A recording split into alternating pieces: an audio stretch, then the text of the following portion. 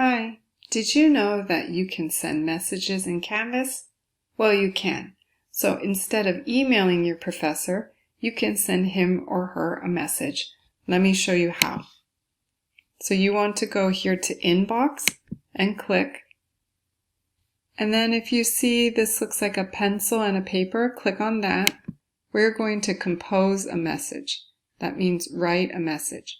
So let's select the course. Maybe Reading C class. And then if you see 2, we need to pick who we're going to send it to. So if you see this, it kind of looks like an address book or contact list, click on it. And then if we want to send it to everyone in our class, we could do all. Or if you want to send it to your teacher, click here and then select your teacher's name. And then maybe you're going to ask your teacher a question about homework. And then you could write your message here. If you want to select a file, then click on the paperclip and then select it and click open to attach it. If you want to record an audio or video comment, you can click on this button. And then when you're ready, click the blue send button.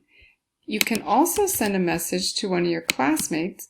Click on the contact list again, go to students, and then you can send it to everyone, or you can pick one of your classmates' names. And then you can send him or her a message too. And then remember, click send.